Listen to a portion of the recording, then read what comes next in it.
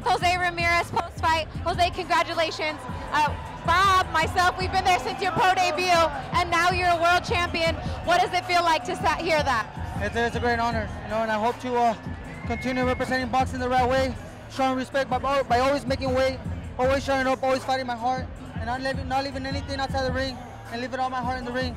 I'm proud to be a fighter. This sport has really opened up a lot of doors for me and my family. It made me become a great man with the big voice, and I feel very proud. I'm a proud father too. Bob, he's always been a champion outside of the ring in his fight for water and for his people, but now he's officially a world champion inside of the ring. You've been there since his pro debut. What does this mean to you? I think it's great. Look, I'm really pleased, but boxing is boxing. But this young man stands up for the immigrants, stands up for the dreamers, and that's the most important thing. They have a champion in their corner now.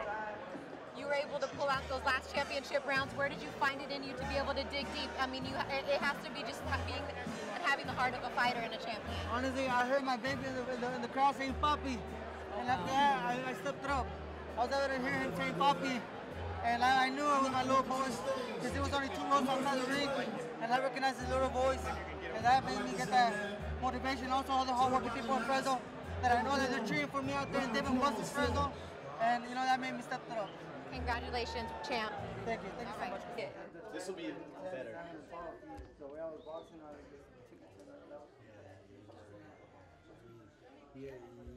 Second win. Very candid conversation. That's what we do. We just swoop in with the microphone and pick up candid conversation. I was going to say the same thing, those championship rounds. 10, 11, 12. I mean, Freddie says 1 through 12. You won. You go back, and he really does. No. You look at the fight. You look at dominated. We had him on the ropes all night long. One guy running all night long, trying to get away from us. One guy pursuing. I mean, dream generalship was to give you every round. Right there. At what point do you kind of felt like you made the turn and you were?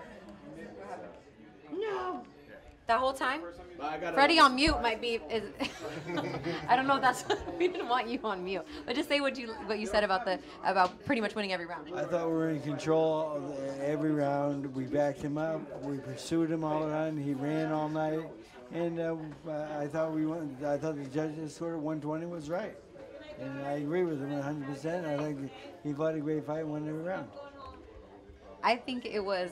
In my opinion, round 6 was a big turning point.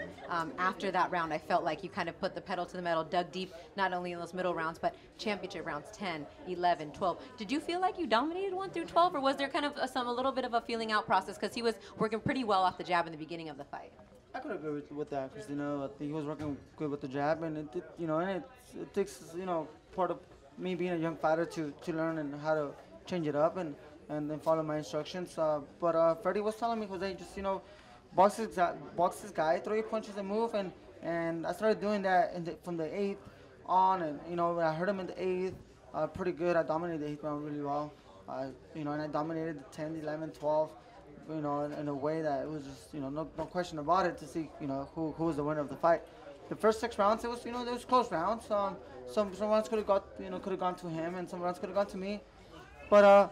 I think I was always the pressure fighter, and throughout the whole fight, even though he landed his punches, I think my punches were always more solid and more it was cleaner hits, and I was popping his head back every time I landed. I agree. And you told him to use more feints, come with that overhand, right? And he listened to your direction perfectly and was able to kind of dominate that point, even getting his eye puffy, and then kind of went from there. Yeah, but one thing about the guy, though, he's a very tough guy, very game opponent, and it was a great win. And now what? Some rest, a little celebration, and now you got a mandatory. I know that Progress was sitting there watching the fight. He was ranked number 2, and now is the mandatory. So you want to fight him next? What are you thinking? Obviously, you're going to leave that to your promoter, I know, and your manager, but you're ready to get up there and... Of course, I'm ready to take that fight next. Whoever wants it. This is what I signed up for. So if yeah. Back at home, maybe. Yeah, back at home, maybe. Wherever the 2 promoters come about, because I know he's promoted by a different promoter, and just continue bringing boxing, and making the big boxing fights for the boxing fans, and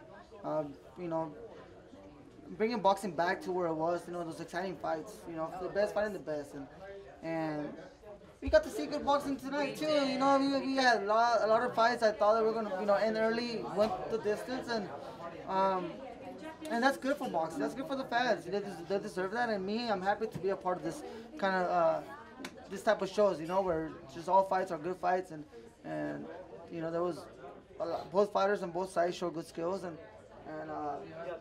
it's just an exciting thing for me. And you're good for boxing. He's been good for boxing, but you're really good for boxing. We're very proud of you. Well done, you guys. Yeah, you're right. Good work.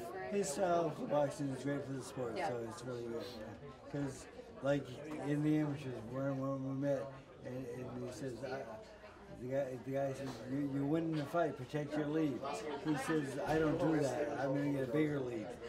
Yeah, he wanted to get after it. I know you wanted to dance, but I mean, these are just hallway conversations that we're just having. You know, we just run into these guys in the hallway and we just talk. We're holding up traffic. We gotta let these guys go. Thank you. Go ahead.